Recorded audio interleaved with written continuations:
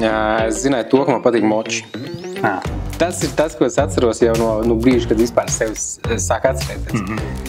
Jo daudziem ir vēl joprojām tāds priekšstats, ka laimdots ir vai nu gaters, vai nu galniecība kaut kāda.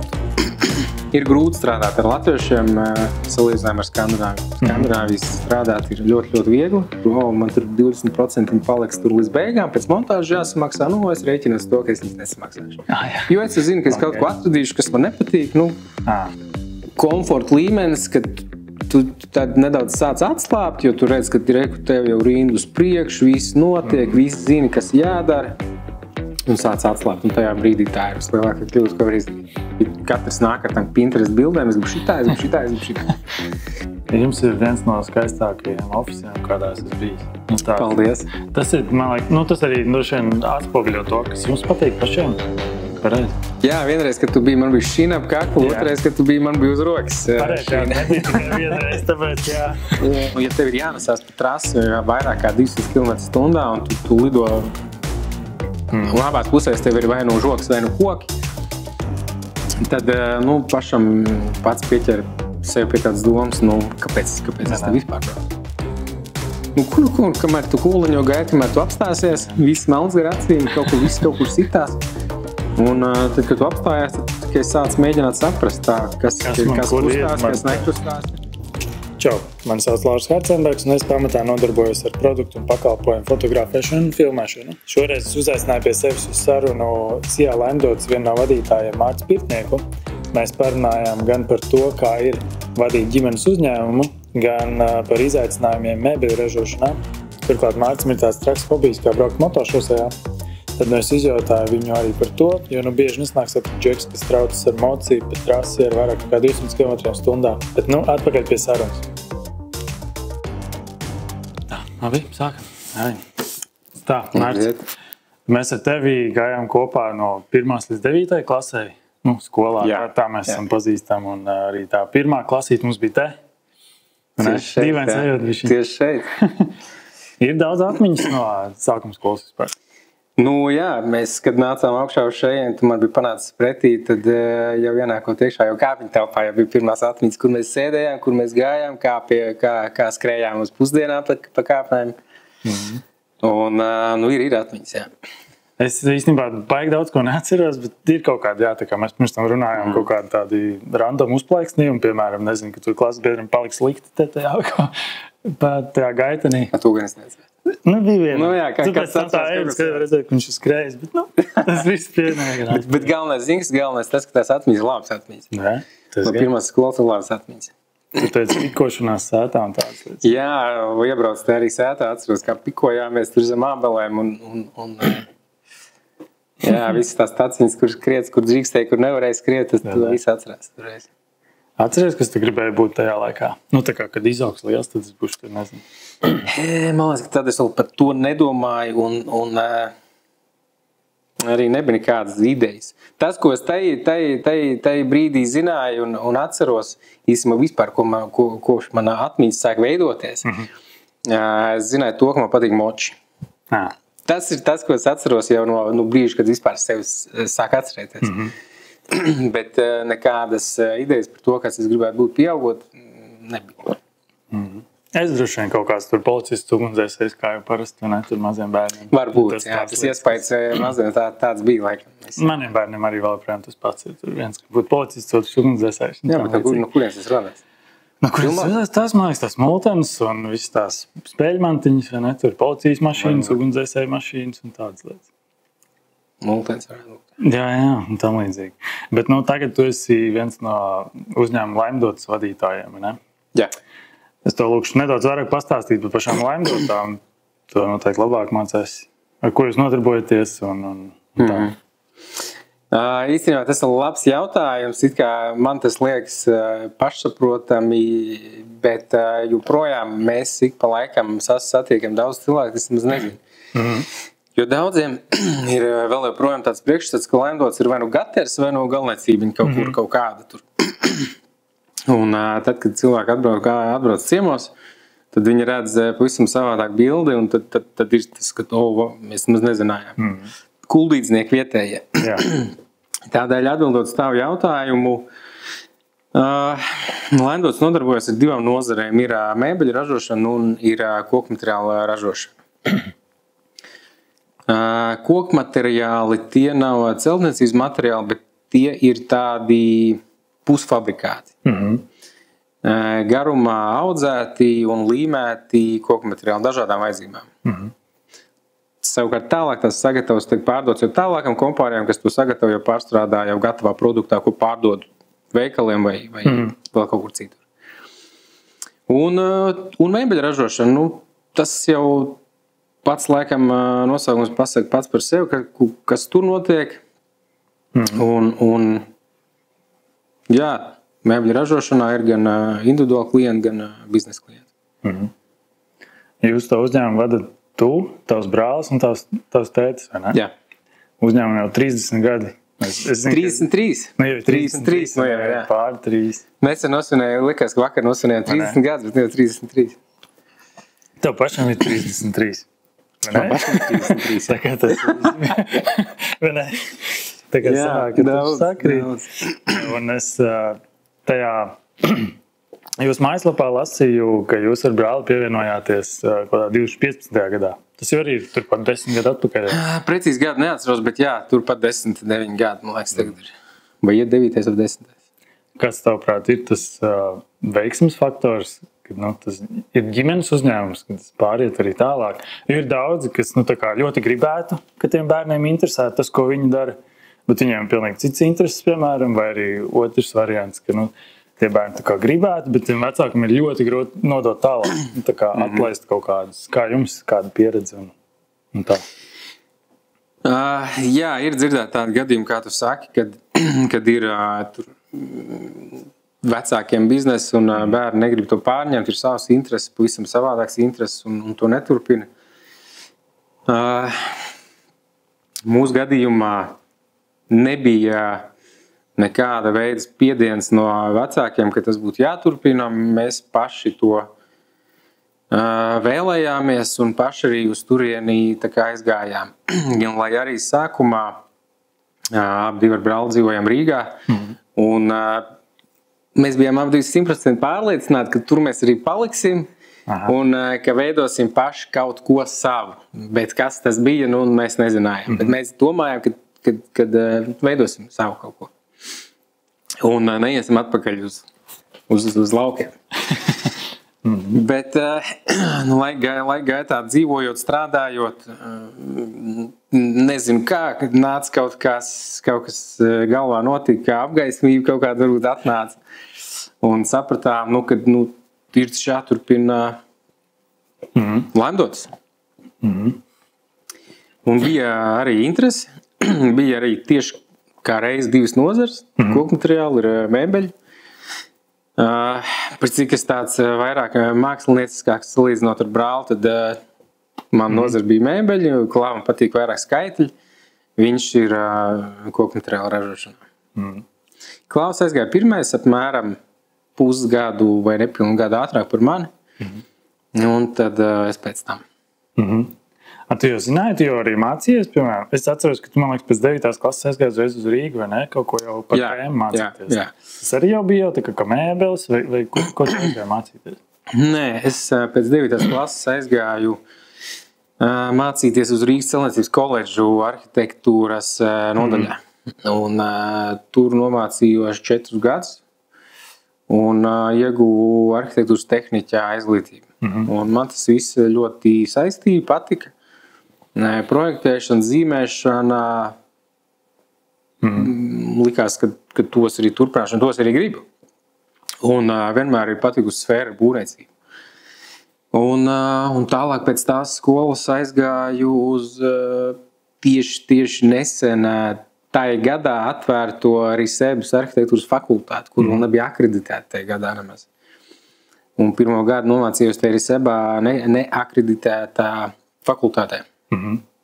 Un tur savukārt tas viss mācību veids bija pilnīgi pavisam savādāks. Tur viss 50% no mācībām notika angļu valodā, jo bija ārzemju pasniedzēji.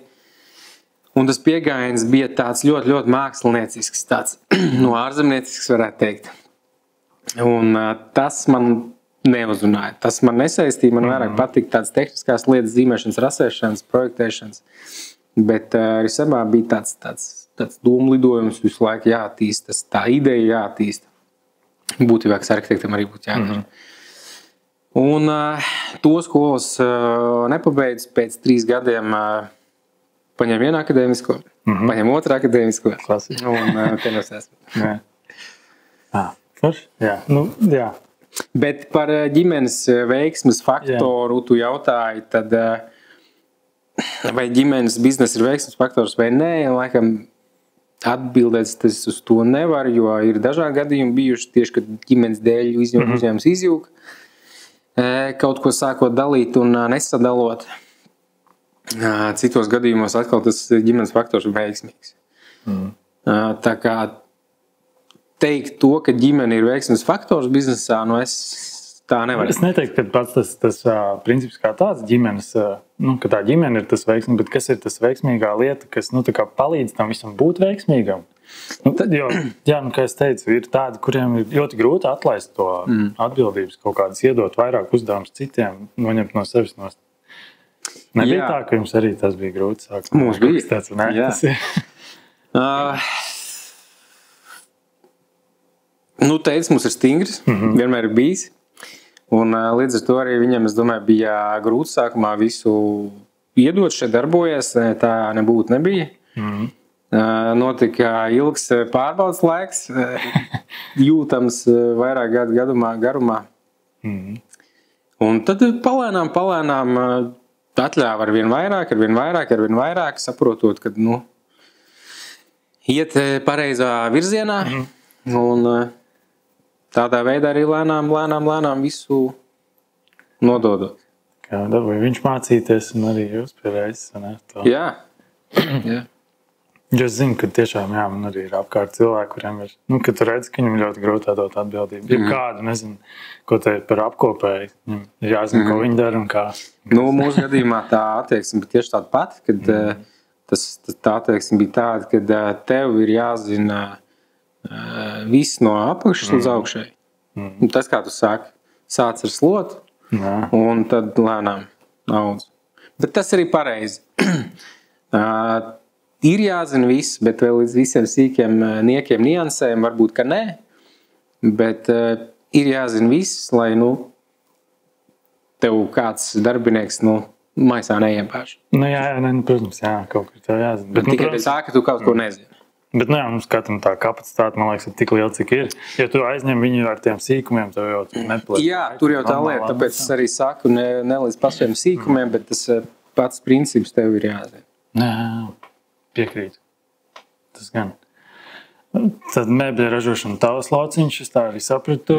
Un kas ir tie jūsu galvenie tirgi? Un tā, uz kurien jūs strādājat? Jo es esmu strādājis ar jums un arī fotografējis mēbeles. Tas bija dažādākie... Paldies. Visdažādākie objekti, sākot no Rīgas pils līdz virtuvēm un tam līdzīgi. Jā. Pirms mēs atnācām uz Laimdotām strādāt, tad viennozīmīgi tas noiet tirgus bija tepat Latvijā, privāti klienti. Bet laika gaitā parādījās viens uzņēmums, otrs uzņēmums, kas mūsu tās mēbeles komplektē savā mājā. Un tās mājas tirgo Skandināvijā un citur Eiropā. Un tādā veidā mēs sākām apgūt vairāk Skandināviju. Pašam arī loģiski parādījās lielāka interese pabāzt degunu ārā pašiem, kā tas ir, saprast, ko tas prasa. Un to mēs arī pamēģinājām. Un pašlaik galvenie tirgi ir tepat Latvijā. Gadus 2 atpakaļ pirms globāliem notikumiem tas vēl bija joprojām Skandināvija. Mūsu galvenais noiet tirgus. Bet pēc šiem notikumiem pagaidām tā ir Latvija. Un Latvijā tie bija vidēji un lielāki izmērā būvniecības objekti. Tā pašā laikā arī privātie klienti. Aizlāpīt kādas caurumus ražošanas grafikā. Un kā tas bija strādāt ar Skandināviju? Skandināvija ļoti, ļoti viegli strādāt. Ir, tas, kas arī saprast šajā laikā, ir tas, ka latvieši negribēs neko teikt slikti par latviešiem. Bet tā vienkārši ir. Latvieši ir tādi cilvēki un tā tas ir. Ir grūti strādāt ar latviešiem salīdzinājumā ar Skandināviju. Skandināvijas strādāt ir ļoti, ļoti viegli. Viss notiek attālināti un tas, ko tu cilvēkam aizsūti, cilvēks ļoti, ļoti apmierināts, viņam viss patīk, viņš ir super priecīgs. Ar latviešiem savukārt ir savādāk, ja latvietis atnāk pie tevis ar vēlmi pasūtīt mēbeles, tad viņš sagaida top kvalitāti. Kas arī normāli, ja protams, tas iet kopā ar cenu. Bet ir arī tādi, kas startā jau pie tevis atnāk un ar mērķi tev, tu viņam iedos to cenu atbilstoši tam, ko viņš prasa, bet viņš var tādu domu jau zina, ka, man tur 20% paliks tur līdz beigām, pēc montāžas jāsamaksā, es rēķinos to, ka es viņas nesamaksāšu. Jo es zinu, ka es kaut ko atradīšu, kas man nepatīk, un tur sūtīšu e-pastu tik ilgi, kamēr viņi pašiem izmasīs, un viņi to nenovērsīs, to defektu saucamo. Un tos 20% es paturēšu sev. Tādi gadījumi arī ir bijuši. Ir arī bijuši sūdzības PTAC, un viss kaut kas ir bijis šogad laikā.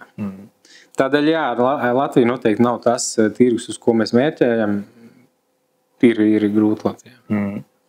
Tas droši vien ir arī saistīts ar to finanšu iespējām. Droši vien, ja mums ir bišķiņ mazāk tā naudiņa, kāpēc? Un tad mums gribās visu, nezinu.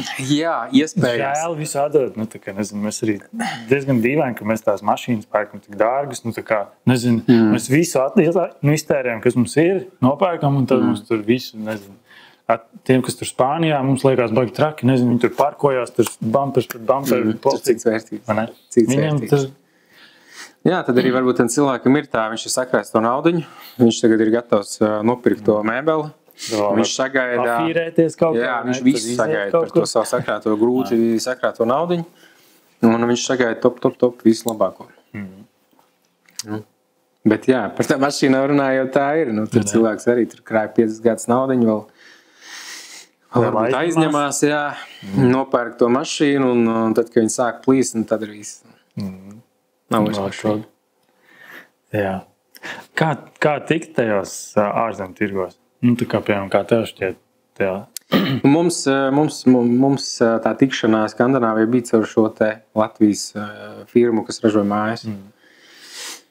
Un sākam strādāt ar viņiem. Un tādā veidā arī tikā. Ja tur Skandināvijā tas tirgus ir tā, ka tās mājas būvē ciematos. Un ciematā, ja ir kādam klientam, iedzīvotājiem bijusi veiksmīga sadarbība ar to māju ražotāju, mēbeļu ražotāju, tur elektriķi, santehniķi vai jebkur citu, tad viņš savukārt to info nodod tālāk kaimiņam, kaimiņš tālāk kaimiņam un tā tālāk. Un tā ķēdīt tā aiziet. Bet ja ir kaut kas slikt bijis, tad arī tā ķēdīt apstājas. Tā arī var būt. Un tā no mutes mutē tā arī tā informācija aiziet. Mēs nekad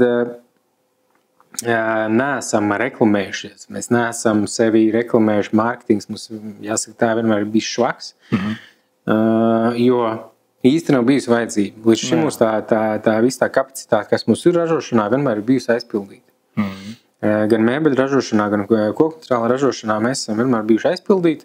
Līdz ar to mēs tādā komfortiņā vienmēr esam uzturējušies. Mēs pirmā reizē, kad es aizbraucu pie jums, tu man liekas, ar mani sazinājies, pašā pirmā reizē aizbraucu pie jums, jūs jau arī man tā teicāt, mums tā kā nav tā, ka mums vajag noreklamēties, jo mums jau rinda ir gadu uz priekšu, bet vajag tā, lai ir ko parādīt. Jā, bet par šis ir tāds viens, tā atziņa no uzņēmēja darbības atziņa par to komfortiņu. Bet es saprotu, tas vēl tur varbūt sekos. Nē, skatībā, jā. Es noprotu, ko tu gribi pateikt. Bet, jā, tas jau varbūt, ka nav nekas jauns, bet tas ir izbaudīts uz savas ādas, kad dzīvo tie komfortiņā ir tik forši. Visi baigi labi, visi ir priecīgi, apmierināti. Cilvēkiem darbs, nauda nāk un pats labākais ir tas, ka tu redzēt, ka tev ir rindas priekš, pusgads, gads, kas var būt labāks? Nekā labāk nav.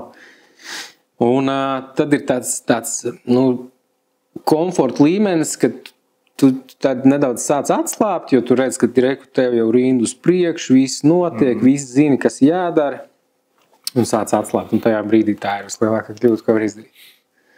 Tā kā, nevar atslāpt, ja ir komforts, tad tu zini, ka nav riktīgi. Tad ir kaut kas jāsāk. Tad ir jāsāk. Ja mēs paturpinām par mēbelēm, kas tagad ir populāri? Vai kādas tendences? Kā tev šķiet? Man liekas, ka cik cilvēki tik tendences? Jā? Šausmīgi individuāli. Ir tādi privātie pasūtītāji parasti iedvesmojās no Pinterest. Jā. Kas Pinterestā ir topā, tas arī ir. Un tad arī katrs nāk ar tām Pinterest bildēm, es gribu šitā. Bet interesanti ir tad, kad ir kaut kādi palielāki būvniecības objekti, vai arī tieši privātie, bet ir piesaistīts dizainers. Bet dizaineri arī dažādi. Bet interesanti ir ar tiem, kas ir dizaineri, kas paši veido to savu dizainu. Nevis atrod Pinterestā bildes, nokopē to un ieliek. Tas ir uzreiz redzams. Ja dizainers tā ir izdarījis, tas ir uzreiz redzams. Bet ir arī uzreiz redzams, ja tā nedara. Un dizainers pats visu izplāno, saliek smuks materiāls, saliek kopā. Tad ir interesanti strādāt. Sarežģīti, bet interesanti. Nē, tāds izaicinājums. Jā, tā kā kādas tendences tagad noteikti ir kaut kādas globālās Eiropas tendences krāsām un tādām lietām. Mēs to tik ļoti neizjūtam, jo mums nav mums tas viss, tas masveidā produkcijas mēbeli. Mums tā mēbeli ir tāda, ka katrs pats izvēlās. Bet tomēr tas ir tā kā priekš privātā sektora virtuves iebūvējamies skāpi. Ir dažādi, jā. Gan virtuves, gan skāpi, pilns mājas, nepilns mājas. Ir dažādi. Par to Pinterest jums jau droši varētu saglabāt savu folderīt. Jā, mums te ir. Jā, mēs jau varam izsāt. Jā, reizēm ir tā, ka dizainers kaut ko sazīmējis. Un atnāk viens klients, un dizainers ir sazīmējis kaut ko, atnāk otrs klients. Tieši tas pats. Vai tas pats dizainers, vai tāpat Pinterest bildīt atrast, bet vienādi. Un tad ir tā, priekškām to dizaineri. Vispār jau ar visu to globalizāciju un tam līdzīgi, man liekas, mēs visi tā kā baigi vienādie paliekam par visādām tur tēmām, apģērbs un arī mēbeles mājas. Jā, mārketings spēlē lielu lomu. Es arī redzēju kaut kādā Instagramā reels tur par mileniāļiem, tā kā mūsu vecumu. Viss mājās pelēks, tur nezinu, pelēks. Sienas, pelēks mēbeles, pēc tam pats skatos mājās. Jā, tieši tāpat. Pelēks virtuve, pelēks jumts, pelēks logi. Jā, bet ir arī, ir arī tas novērots, ka vecāku gadagājumu cilvēki joprojām tomēr vēlās masīvu koku. Jā. Vēlās masīvu koku. Dārgāk, bet gruntīgāk un tā pamatīgāk, jo ir uzskats, ka tur ir tā vērtība. Tas ir masīvu koks, tas ir gruntīgs, tāds smagnējs notu. Tā ir mēbele uz dzīvi, uz mani atlikušo dzīvi. Jā. Bet jaunāka paudze tā nedomā, viņi domā vieglāk, varbūt kā būs ērtāk un neplāno varbūt ar to mēbeli dzīvot ilgi. Un tāpēc arī varbūt, ka tas ir, kā tu saki, tagad visiem ir pelēks. Tagad ir modē pelēks, pēc gadiem 5 varbūt modē būs zaļš, un visu to pelēko ārā un zaļo virsū. Jā. Plāno varbūt to mēbeli biežāk nomainīt. Kuram? Taisnība nezinu. Varbūt nav tā taisnība. Kā katram labāk patīk, tā arī dara. Un kā ir notrāpīt ar to kvalitāti? Šādā tēm, ka tu saki, ka tur ik pa laikam maina. Nav tā, ka tu pa daudz jau esi ielicis mazliet tajā savā darbā, ka tev, jau. Tā ir otra lieta. Cilvēks domā, ka ik pa laikam mainīs. Bet tā jau nekad nav. Tas ir tāpat kā būvdarbos uzliek kaut kāds pagaidu durvis vai pagaidu vēl kaut ko. Tas tur arī paliek uz vairākiem gadiem, jo tu vienkārši pierod pie tā. Pierod pie tām pagaidu durvīm, bet ir jau labi. Pēc kā man nav tērēt. Citas lietas, kur tev tur jau... Protams, man tas pats mājās ir, tur vēl projām nav tur pabeigts tās dažas lietas, kas bija tur plānotas, nezinu, tur durvīm iekšā, tur aplodas vai kaut kā. Plānotas bija, bet ir jau labi, ka ir zēlams, tu jau vairs neredz tās lietas, tur jau ir citas lietas, tur nezinu, kungs jau jāsāk remontēt jau pēc 5 gadiem un tā. Bet jā, tas ir interesanti. Un tajā Skandināvijā, tur ir tā, ka tas skandināvu dizains arī tur rulē, vai tur ir citādāk? Mēs pārsvarā strādājam ar kalnu mājām, un tās ir guļbūvs pārsvarā. Tādas dabīgas masīvkoka ēkas, un tās ēkas ir paredzētas dažādām vajadzībām, kā nu kuram, bet pārsvarā kā brīvdienu mājas. Ir arī mājas, kurš paredzēts ikdienas dzīvošanai. Un, ja cilvēks izvēlās to dabīgo masīvko guļbūvs māju, tad arī viņš plāno tajā mājā dabīgas mēbeles. Tās nebūs lamināta mēbeles vai tur MDF mēbeles. Viņš ir masīvkoku mēbeles arī. Bet tās masīvkoku mēbeles ir tādā vieglā izpildījumā, viņas nav smagnējas un tādā pietiekam, ja tā var teikt, modernā izpildījumā.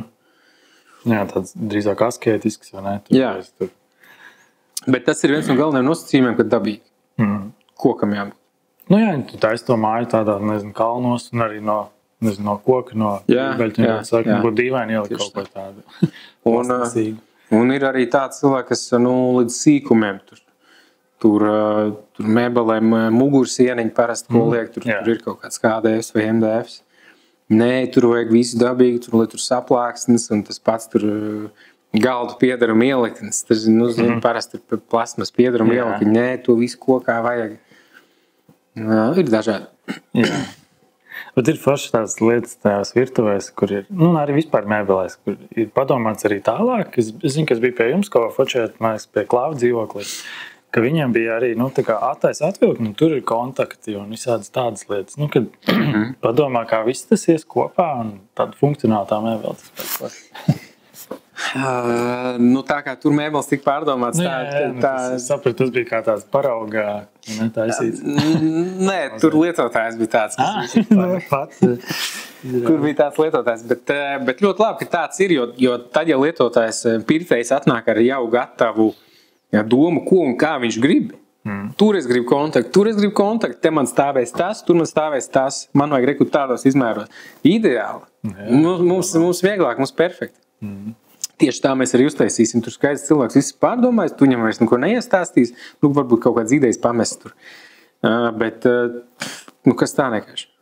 Bet ir arī gadījumi, kad atnāk cilvēki, kur man ir istaba, man tur vajag kaut ko. Kaut ko vajag. Jā, un tagad izdomā, ko man tur vajag. Ko man tur vajag? Lēt un labi. Tad ir jāzīmē, jāsāk no viena gala un jāsaprot. Jums ir viens no skaistākajiem ofisiem, kādā es esmu bijis. Paldies. Tas ir, man liek, tas arī atspoguļo to, kas jums patīk pašiem. Pareizi. Tā kā, apmēram, ko es gribētu darīt? Kādas mēbeles gribētu darīt? Mums uz šo te ēku, kur mums ir iebūvēts ofis, jau tā doma bija sen jau. Mēs to domu attīstījām, tās domas mainījās. Sākumā bija plāns, ka mēs viņu otrā stāvā liekam iekšā to ofisu. Sākumā bija plāns būt mazāk, ne visu to ēku, jo, ko tad mēs tur darīsim, tik lielā telpā visu laiku ir nostrādāts. Tu esi arī vecajā birojā bijis augšā, vai ne? Tas bija tur augšā tajā. Tā ēkā, kas bija rozāka. Nē, tur es neesmu bijis, nē. Tur bija tā, ka tur, neatceros precīzi, cik cilvēku tur sēdēja, bet ap 10, varbūt 11 tur nesēdēja. Bet tur bija tā, ka plec pie pleca sēž un visi bija pieraduši pie tā.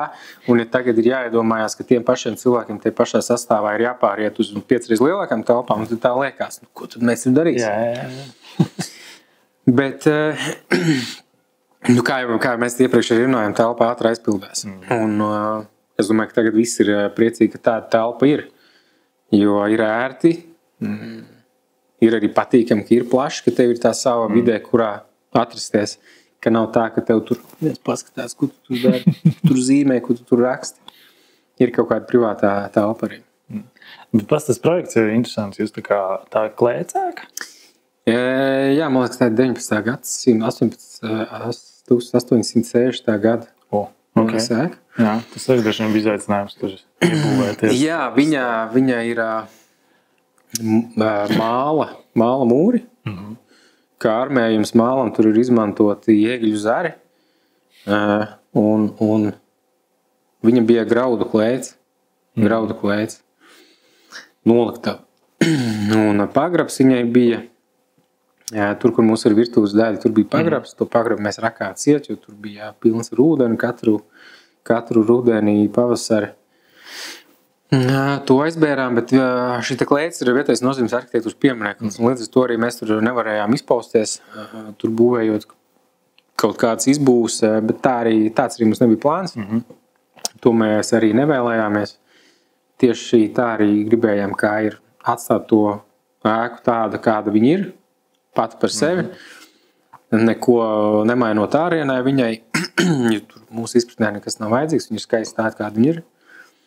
Un iekšā izbūvēt pilnīgi moderni, atstājot veco, kas ir vecais, sienas un griezti, pārējais viss pilnīgi jauns, bez imitācijām, neimitējot veco, ko bieži vien varbūt redzams, ka ir mēģināts darīt, bet tas rezultāts reizēm nesanāk tā, kā ieplānots. Līdz ar to, ko mēs pievienojām jaunu, tas bija viss moderns. Tur betons, stikls un... Man liekas, labi notrāpīts ir starp, ka nav tiešām mēģināts panākt, ka tur izstās pēc veci kaut kas vai kā, bet tas jaunais ar to veco, ar tām sienām, tur ļoti labi sajiet viss kopā. Es noteikti tu bildes pielikuši klāt vai kā. Jā, un īstenībā sākumā bija arī doma par to, ka vajag kaut ko imitēt, kaut ko veco likt klāt, bet no šīs domas mums atrunāja dizainere Henrieta, un teica, ka nē. Nevajag. Tā esam šitā. Un ideāls rezultāts. Jā. Tu diezgan labi varētu pateikt, kā tie cilvēkiem mainās tā strādāšana, kad viņi ir tādās skaistās telpās, vai tas tā kā piedod kaut kādu, tur foršu sajūtu, vai labāk strādājās, vai labāk domas raisās nekā tādā šaurā vietā? Tad droši vien katrs pats par sevi var runāt, bet, ja man jāsaka, tad es domāju, ka pilnīgi noteikti, kad, ja cilvēks sēž vietā, kur viņam patīk atrasties, tad skaidrs, ka arī viņam darba kvalitāte paceļās. Ja ir jāiet uz darbu un jāsēž telpā, kur tu negribi būt, tas skaidrs, ka arī tev darbs nevedīsies tik labi. Es vispār turpināt attīstīties to, tur ritīgi var redzēt aizbraucot tā jaunā ēka, to arī tur tāds kārtīgi, milzīgi. Tur būs mēbeļi, tā galdniecības. Pirms gadiem 3, manuprāt, uzcēlām mēbeļu ražošanai jaunu angāru. Un tieši šobrīd būvē, jau gaisma tuneļa galā redzam, būvē jaunu ēku kokmateriālu ražošanai. Ar jaunām iekārtām un būs super ēka. Vienā no reizēm, kad man liekas, ka vai tas nebija uz to 30 gadu jubileju, jūs man pieaicinājāt tur uztaisīt pāris bildes, un tā. Un tev bija šīna ap kaklu. Tev patīk braukt ar moci, kā tu minēji to jau pašā sākumā, vai ne? Jā, vienreiz, kad tu biji, man bija šīna ap kaklu, otrais, kad tu biji, man bija uz rokas. Pareiz, jā, nebija tikai vienreiz, tāpēc jā. Tas tāds palicis. Bet tas tavs sirdsliets, vai ne? Braukt ar moci un turklāt motošosei, kas... Tad nozīmē, ka tev ātrums patīk, nevis kaut motokross, kur tur... Jā, es mēģināju motokross. Es biju nopircis motokross moci, bet lielākā kļūda, ko es izdarīju, nopirku 450. Jo man bija pieredze tāda, kad es sāku braukt pa ielu ar mocis, man bija tāds street mocis, 750 tāds. Un man pēc mēneša bija pa īsu. Ar viņu gribējās bišķi niknāk. Un uz atceroties to, es nopirku krosinieku uzreiz, es negribu, lai man ir pa īsti pēc mēneša, es ņemšu lielāko. Un tie, kas brauc ar cross-močiem, zina, ka cross-moči ir pavisam kaut kas cits, un tie ir baigie zvēri. Un ar 450 braukt var rēt, kurš var. Ar 450 kvalitīvu braukt var, pilnvērtīgi braukt var, profesionāls braucējs. Un līdz ar to es sapratu, ka tas nav mans. Iespējams, vajadzēja mēģināt kaut kādu zamāku kubatūru, varbūt labāk iepatīcies, bet nē, pa smiltīm, pa dubļiem nav mans. Pa mēžu pabraukāt, jā, forši paripināties pa taciņām, tas gan man patīk. Jā. Bet motošosē, tu jau tik vairākus gadus brauc? Jā, tas, ko es daru, es braucu motošosejā. Tas ir mans hobijs. Cik gads? 21. gadā sāk braukt. Kad 4 gadi jau būs nobraukt, ja? 3-4 sezonas. Šogad gan tu teici, ka tev baigi nesanāc iesākums, ja? Jā, šogad šaka gāja, gandrīz sezona iesākās, gandrīz viss praktiski nebija. Mocis bija vairāk servisā nekā uz trases. Tehnisks problēmas bija mocis. Bet tas arī bija kaut kādā brīdī gaidāms. Ja mocis brauc trasē redlainā visu laiku, tad viņam kaut kādas problēmas kaut kad parādīsies. Tad man parādījās šogad. Un līdz ar to bija motoram liels remonts. Un vēl joprojām viņš ir servisā. Ir daudz čeki, kas brauc? Nav, viņi Latvijā nav daudz. Sauļiņi. Ir tādi regulāri braucēji, kas brauc bieži. Ar tiem arī regulāri trasē tiekās, bet ir tādi, kas parādās pazūd. Pamēģina. Jā. Bet es noteikti visiem ieteiktu pamēģināt. Tā trasē pabraukt. Bieži vien visiem ir tādā, man arī pašam bija tāds sajūta. Kad, ko es te trasē darīšu, tur žeki brauc ātri un tur slik riepām, tur sildītājs liek uz riepām un ko tik vēl nē, ko es darīšu tur. Bet tā nav. Tur var aizbraukt, pamēģināt un saprast, kā ir braukt pa trasi un varbūt, ka ļoti iepatīkās tā kā man un vairs uz ielas mēs negrib rādīties. Man tieši tā arī bija. Tur nav ielas mocis? Nē, man nav. Bet tu arī brauc pirms sezonas, izbraukāties kārtīgi pa trasi. Es tā sapratu no tevis. Nezinu, uz ārzemēm. Jā, pa ziemu es cenšos aizbraukt uz Spāniju vairākas reizes. Un patrenēties tur, citās trasēs, citos laikapstākļos. Tur var pabraukt ātrāk, kvalitīvāk, tur ir labāks asfalts, trases labāks, drošāks. Bet bēdīgais ir tas, ka tu atbrauc un tas Spānijas atpakaļ un tev ir jāsāk atkal braukt uz Baltiju, kas, piemēram, biķeniekiem. Tu esi bijis biķeniekos trasē, tu esi pa trasi braucis? Nē. Tā trasa ir mežā. Visur apkārt ir koki. Un 3 metrus no trases, vienā pusē, otrā pusē ir metāla žoks. Ja nav žoks, tad ir koki. Un, ja tev ir jānesās pa trasi vairāk kā 200 km/h un tu lido un abās pusēs tev ir vai nu žoks, vai nu koki, tad pašam pats pieķer sev pie tādas domas, kāpēc es te vispār braucu. Dēļ Baltijas čempionāta vai dēļ Latvijas čempionāta, kurš tev iedos plasmas kausiņu, ja tu uzvarēsi. Malacis, ka tev kausiņš. Bet te pašā laikā ar ko tu riskē. Un tad rodās tāds pārdoms, vai vispār tas čempionāts vajadzīgs un manā gadījumā, vai man viņš ir vajadzīgs. Ja tev ir iespēja aizbraukt, tad jā. Un ja ir iespēja pabraukt un arī ārpus Latvijas un Baltijas, tad un izbaudīt to, kā ir tur, tad ir tā, ka tas Baltijas trases nav īstā vieta, kur braukt. Tā kā mēs par tām šīnām runājām, kāda ir sajūta, ka tu saproti, ka būs kritiens? Teiksim tā sūdi, jā. Nav labi sajūta. Šīnā kas kaklu... notiek tajā brīdī, kad tu tur...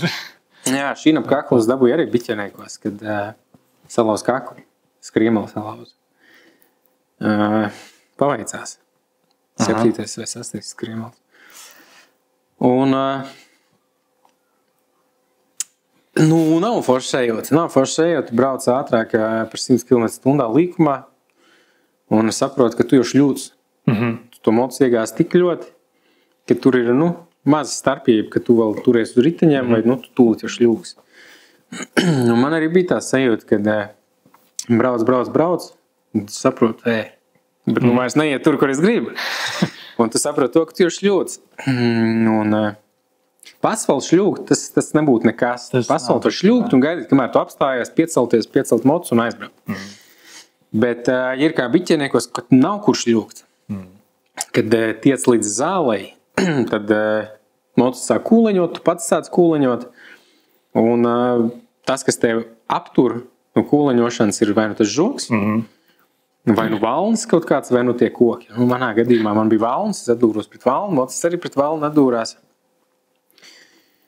Un, kamēr tu kūleņo gaidi, kamēr tu apstāsies, visi melns gar acīm, kaut kur sitās. Un tad, kad tu apstājās, tad tu tikai sāc mēģināt saprast, kas kustās, kas nekustās, kas sāp, kur nesāp. Un piecēlos, izlocīju rokas, kājas, visi kā kustās, bet kaut kā vajag kaklu vilkt. Kakls velk, zini tāda sajūta, kad tu piecēlies no rīta, nogulēts kakls, riktīgi velk. Es domāju, sastieps, bet viss ir kā baigi labi. Mocis izšķīta. Un, tieši pēc tās negadījuma aizbrauc uz traumām, nofotografējos, un lausts kakls. Šīna kakla mēneša. Tas, interesants hobijs. Bet tagad viss kustās, visām pusēm man ir viss kārtībā. Sadzīs, tā kā vajag. Tas labi. Jā. Tu pats arī ar mūsu brauc, tev arī uz trasu vajag? Es braucu, bet es šogad arī nebraucu. Kā tā? Zini, kāpēc? Vienkārši neizgāju tehnisko. Kaut kāds pilnīgs sīkums. Tur, nezinu, gabarīti nedeg tad, kad ir... Lapiņā, ne? Nē, viņam nedeg gabarīti tad, kad ir iedarbināts, ieliec parkingā, viņi deg. Kaut kāds tur drošinātājs, bet kaut kāds kontakts vai kaut kas tāds. Būs vēl visiem bērniem un ģimenes pieaugumiem un visi, tad šovasar es nemaz tā baigi neiesāku. Jo es atceros, es tevi pagājuši gadu redzēju Pielaku, tu braukā. Jā. Pāris reizes biju redzējis, bet šogad tikai rolleris redzēju. Man jau baigi tur no rolleriem neatšķirās, bet Nē, rolleris skaņa, es domāju, visi var atšķirt. Nē, tas gan jā. Mēs par to runājām tieši pirms tā. Par tiem kullīdznieki nav priecīgi. Tas gan, jā. Bija neliela pauzīt, runājām par to, ka nevajag braukt maiciņā ar moci. Jā, pilnīgi noteikti. Bet, tas iemesls, kāpēc es vasarā varbūt nebraucu tik bieži, kā es gribētu. Jo, man tā pārliecība, ka nevajadzētu braukt maiciņā, un es redzu, ka citi brauc ar čībām, iešļūcenēm un tam līdzīgi. Jā, tagad tu tikko man teici, ne jau tevs vainas dēļ var kaut kas notikt. Tad nošļūt, palikt bez kaut kādiem ādas. jā, tieši tā. Es pats kādreiz tā arī braucu. Maiciņā, bet, kā es tur arī tikko teicu, ja es tagad kādu redzu, ka tā brauc.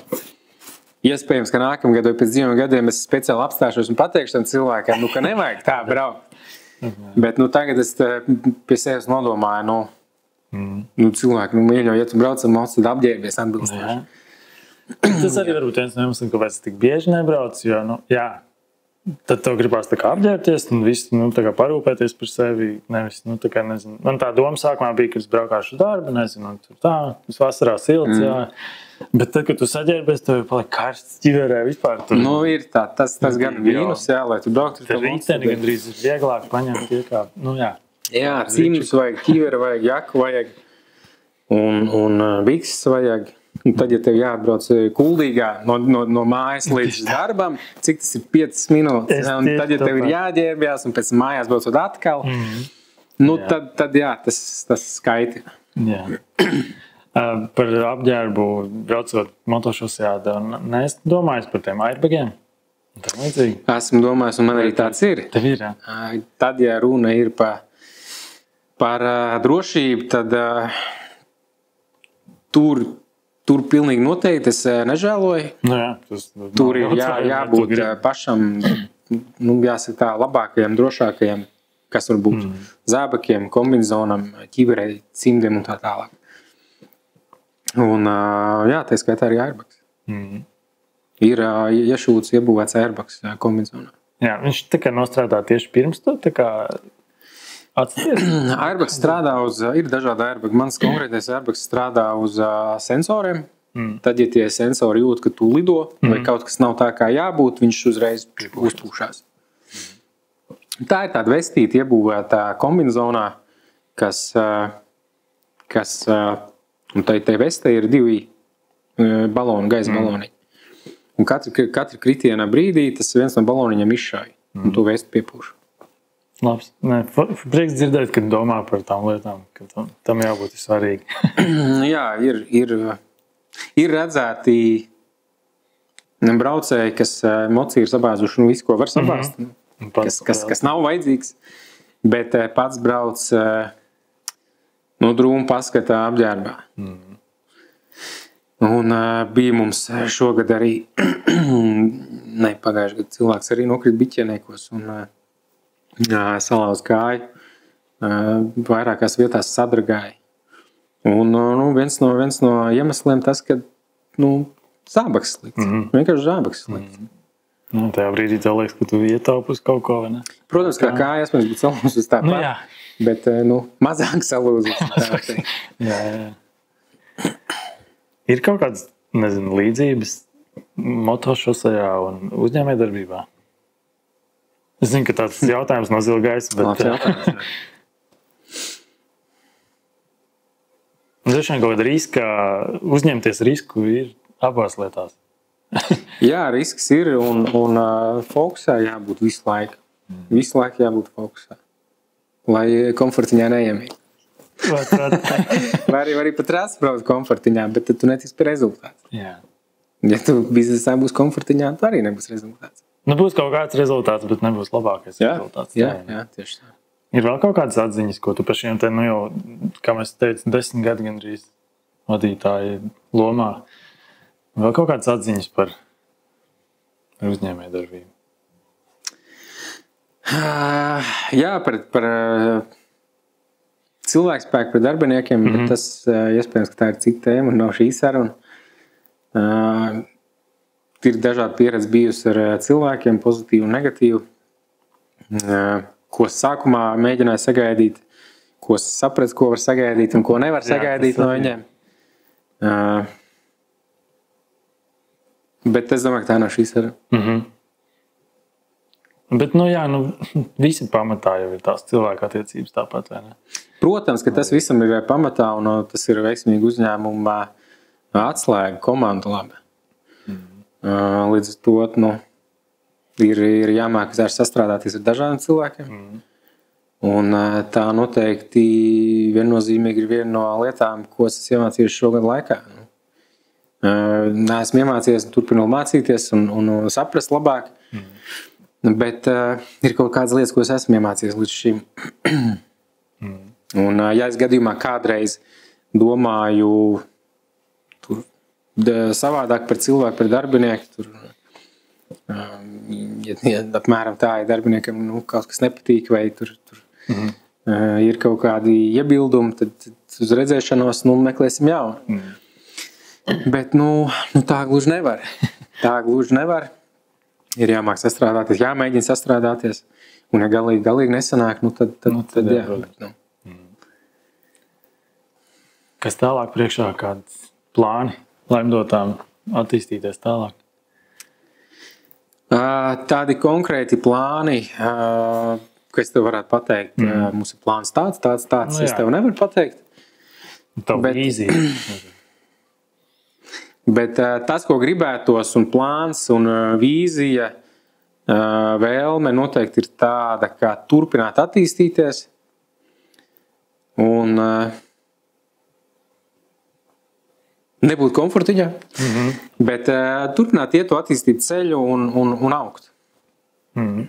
Lai viss iet uz priekšu. Forši.